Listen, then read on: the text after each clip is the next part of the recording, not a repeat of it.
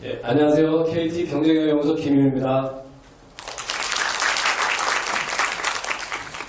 좀 전에 로아의 윤 이사님께서는 이제 아직 세상에 태어나지 않는 그런 내용을 좀 이렇게 소개시켰는데요. 저는 지금 며칠 전에 태어난 그 내용을 가지고 오늘 여러분께 말씀을 드리도록 하겠습니다. 예, 제가 이제 지금 소개해드린 보고서가 이제 매년 저희 연구에서 발행하는 방송통신 시장 전망 보고서입니다. 이 작업은 실제적으로는 매년 여름쯤에 시작을 해왔고요. 한 서너 차례의 버전 업데이트도 하고, 그 다음에 내부적으로 이제 연도 계획이라든지 중장기 계획 수립이라는 데 이제 활용을 하고요. 한 10월에서 11월 사이에 이제 사업자들 3, 4분기 전략이 이제 나오기 시작하면은 그걸 바탕으로 해서 실제 최종 마무리 작업에 들어갑니다. 이 내용을 오늘 말씀드릴 내용은 이 내용을 중심으로 해서 소개해 올리도록 하겠습니다. 아시겠지만 방송통신 분야가 워낙 범위가 넓어갖고요. 실제 작업은 한 10여 명의 연구원들이 투입해서 했고요. 좀 전에 우리 아까 질문하신 우리 심수민 연구원도 이 작업의 일부를 담당하는 사람 중에 하나 되겠습니다. 자, 오늘 제가 말씀드린 내용은요. 일단은 먼저 2012년도에 거시적인 시장 환경을 분석해 보고요. 그 다음에 이제 주 핵심 이슈들에 대해서도 한번 좀 얘기를 해보고, 그 다음에 이제 수치와 그 다음에 기타 관련된 이슈로 되어 있는 시장 전망하고, 마지막으로 시사점 이런 식으로 얘기를 하도록 하겠습니다. 근데요, 이제 최근에 작년에 여러분 보시면 알겠지만은 굉장히 선전들도 이제 고성능 LT폰 위주로 나왔지 않았습니까? 물론 작년 7월에 나올 때는 모뎀 마술이기 때문에 LT폰이라는 것도 없었지만, 이제 9월 이후에 LTE 스마트폰이 좀 출시되기 시작했고요. 그리고 이제 요새는 상당히 많은 고성능의 고성능 버전의 폰들이 나오고 있습니다. 또 최근에는 이제 TV 선전 보시면 알겠지만, 전국 다 된다, 커버리지 경쟁들이 한창 이루고 있고요. 그래서 아무래도 이 상반기에 저희가 보기에는 이제 폰이라든지 커버리지 같은 네트워크 품질 이런 거 갖고 경쟁이 많이 될 것 같고요. 이 점차적으로 하반기에 이르러서는 이제 콘텐츠, 차별적 콘텐츠 제공, 서비스 이런 것이 좀 나올 것 같고요. 그 다음에 이제 각사의 전략에 따라서 VoLTE를 하느냐 마느냐 이런 것들이 차별화를 둘 것 같습니다. 예, 저쪽 왼쪽에는 이제 각사의 간단한 LTE 구축 계획이라든지 목표가 좀 나와 있는데요. 이제 전체적으로 1년에서 한 1년 반 정도까지 당긴 것 같습니다. 왜냐하면 LG U+가 이제 3G망에 없는 그런 거를 많이 하기 위해서 굉장히 요새 치고 나오지 않습니까? 그러다 보니까 같이 SKT도 그렇고 저희 KT도 그렇고요. 같이 덩달아 한 1년 이상을 같이 아마 여러분들께서는 이제 3, 4월에 되면 전국에 한 80, 90% 이상 어느 지역을 가더라도 LTE 서비스를 받을 수 있을 것 같습니다. 예, 덩달아서 이제 가입자 수도 많이 늘어나고 있습니다. 초반에 작년에도 목표가 한 100이 채 안 됐는데요. 현재 저희 이 숫자들은 상당히 보안입니다. 그래서 숫자들을 잘 안 주더라고요. 근데 현재 저희가 파악한 거에 의하면 SKT가 한 70만 명, 그 다음에 LG가 한 60만 명 정도 되는 것 같고요. KT는 이제 올해 시작했기 때문에 작년 수치는 빠져 있고요. 예, 그 다음에 이제 최근에 이제 SKT도 2012년도에는 700만, LG U+는 500만, 벌써 이 두 대만 목표하더라도 1200만 되지 않습니까?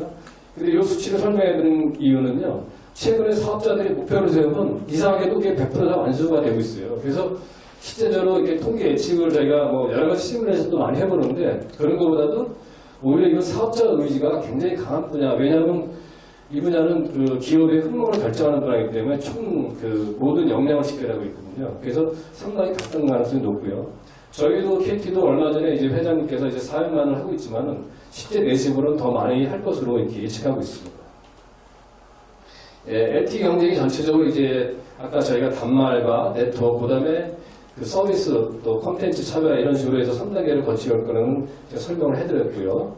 그다음에 이제 특히 이제 콘텐츠 쪽에서는 많은 설문을 좀 해봤는데 여기 잠깐의 이제 트렌드 모니터에서도 나온 걸 저희 인용을 했지만은 게임이라든지 동영상 분야라든지 영상통화 같은 것이 굉장히 차별적 콘텐츠를 이룰 수 있는 그런 분야로 지금 의견이 모아지고 있는 것 같습니다.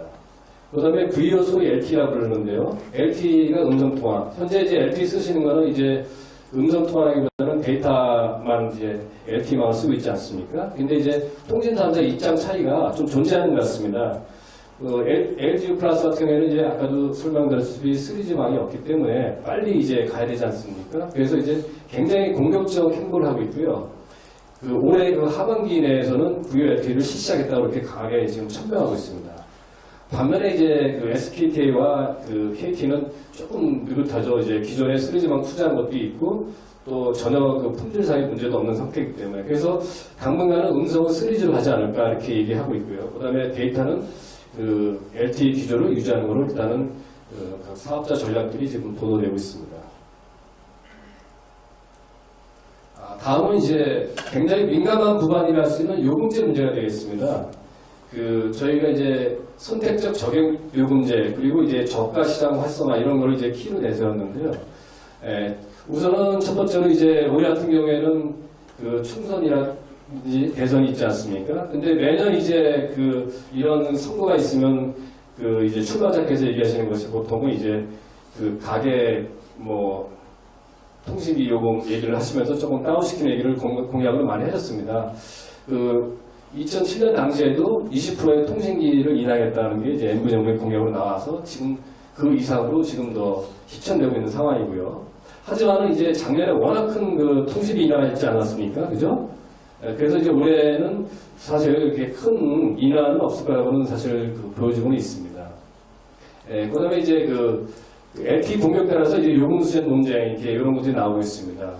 현재 나오고 있는 LTE 요금제는 이제 3G에서 하고 있는 정액제 요금제의 연장성이기 때문에 LTE를 통해서 보다 고액의 요금을 거두기 위해서는 사실은 LTE만의 장점을 살릴 수 있는 차별적 그러한 서비스를 내놔서 이제 거기에 합당한 가치를 제공하는 그러면서 이제 요금을 받아야 되는데 이게 굉장히 사업자들한테는 지금 숙제가 되고 있습니다. 조금 더 설명해 드리면 이제 스마트폰 대중화되고 LTE가 이제 보급 확대되면서 이제 세분화된 정액 요금제가 표준 요금제가 대두할 전망이 높습니다. 현재 이게 3, 4제라든지 4둘, 5둘, 6위, 12 이렇게 갖고 이제 보통 정액제 요금제들이 비슷하게 통신하는 거 하고 있지 않습니까? 근데 요 내용이 좀 더 이제 우리 경제, 가계업체 경감이라든지 또 요즘은 이제 소비자들이 많이 선택하는 시대가 되기 때문에 좀 더 세분화된 그러한 요금제가 각 3사들이 조금씩 준비하고 있는 것 같습니다. 그 다음에 이제 또 하나는 이제 MVN에 의한 파괴적 요금제의 출현이 대단히 요새 관심을 갖고 있습니다. 특히 작년에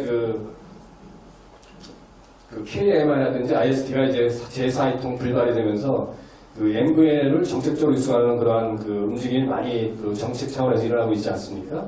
그래서 이제 MVN을 주목할 수밖에 없는데요. 저희 생각으로는 반값통신제는 사실 계속하기는 좀 힘듭니다. 하지만 이벤트성으로 반값통신제를 이제 MVN에 나올 가능성이 좀 있고요. 그러나 아무래도 이제 저가 요금들이 아무래도 나오면서 시장 저가 시장이 형성될 가능성이 높습니다. 특히 단말 가격 표시제가 이제 올해 1월 1일부터 지경부 주관으로 이제 실시되지 않았습니까? 저희 KT 같은 경우에는 작년에 이제 9월 10월 달에 이제 페어 프라이스라는 걸 도입했습니다. 그래갖고 이제 실제적으로 이제 모든 핸드폰에다가 정확한 가격을 단말 가격을 붙이는 거죠. 그 다음에 또 3월 올해는 블랙스데이와 시행이 예정되어 있어서 전체적으로 저가 이동통신 시장이 활성화될 것 같습니다. 다음은 종편 등장과 이제 미디어 생태계 재편성이 되어 있는데요. 일단은 종편 등장은 보통 사람들이 한 20년 만에 큰 변화라고도 얘기를 많이 합니다. 91년도에 이제 SBS가 나온 이후로 이제 가장 큰 방송계의 변화다 이런 얘기를 많이 하고 있고요. 물론 중간에 이제 95년도에 이제 CATV 이제 방송이 시작은 됐었지만은요. 종편 등장해서 미디어 플레이들의 이해득실이 이제 많이 분석된 보고서들이 지금 많이 나오고 있습니다. 지상파의 경우에는 아무래도 현재로서는 종편이 좀 이렇게 힘이 없지만은 아무래도 껄끄러운 또 새로운 사업자들이 나오기 때문에 좀 신경을 안 쓸 수가 없겠죠. 그 다음에 광고 시장 같은 경우에는 아무래도 여러 채널들이 많아지기 때문에 이게 기업들이 무한정 돈을 쓸 수는 없지 않습니까? 그래서 어디에다가 유력한 데가 어디냐 찾아서 효과가 높은 대로 아마 광고를 실려는 그러한 분석도 많이 할 것 같고요. PP들은 이제 여러 군데가 이제 채널이 열리니까 아무래도 이제 활성화가 많이 되겠고 또 프로그램 제작에 대한 대형화 이런 투자들이 많이 일어날 것 같아요. 일단은 저희가 한 세 가지 정도에 주목해야 되는데요. 첫째는 이제 성장을 위해서는 이제 그 사업자들이 컨버전스에 좀 주목을 해야 될 것 같습니다. 아까 시장 자료에서 나왔다시피요. 통신 쪽은 어느 정도 정체되고 있고, 그 다음에 그 방송 서비스라든지 방송통신 종합 서비스 쪽은 10% 정도의 큰 성장을 이루지 있지 않습니까? 그래서 아무래도 탑통신이라든지 또 컨버전스 분야가 아무래도 성장 분야에서 이제 본격적으로 준비해야 될 것 같고요. 두 번째는 생태 구축이 되겠습니다. 여러분 잘 아시다시피 그 10년 전에 우리 그 소프트웨어 업체 마이크로소프트사, 그 다음에 최근 몇 년에는 그 사실 그 하드 업체가 본질인 그 애플사도 원래 이제 하드 업체 시작했으니까요. 네, 그러든지 또 이제 올해는 이제 컨텐츠의 대명사라고 할 수 있는 어디죠? 아마존이 굉장히 부상을 많이 하고 있죠. 근데 이제 이런 기업들이 공통적으로 이제 그 각광하는 이유가 뭘까요? 생태 구축을 잘했기 때문입니다. 자사의 그 핵심 역량을 중심으로 해서 생태를 잘 구축해갖고 이제 글로벌 IT 시장을 그 선도했기 때문에 지금 오늘날에 이렇게 그 유명해지고 또 이렇게 또 부가가치도 많이 만들어내는 기업들이 생각을 생각합니다. 마지막으로 리스크 대응입니다. 제가 서반에 좀 그 소개했다시피 올해는 이제 정치 경제로도 많은 그 변동성, 불확실성이 존재하고 있습니다. 예, 그래서 이제 정부의 IT 정책 방향의 변화에 대해서도 우리가 관심을 갖고 많은 이해를 할 필요가 있고요. 그다음에 특히 그 타 분야가 들어온다든지 여러 가지 그런 환경에서 리스크가 예견되는 분야에 있어서는 그 시의적절한 사업적 대응이 필요할 거라고 보여지고 있습니다. 네, 이상으로 제가 2012년 그 방송통신시장 전망을 마치게 했고요. 질문사항은 이따 이제 제 세 번째 이제 발표하시는 데 이어서 같이 합동을 받도록 하겠습니다. 감사합니다.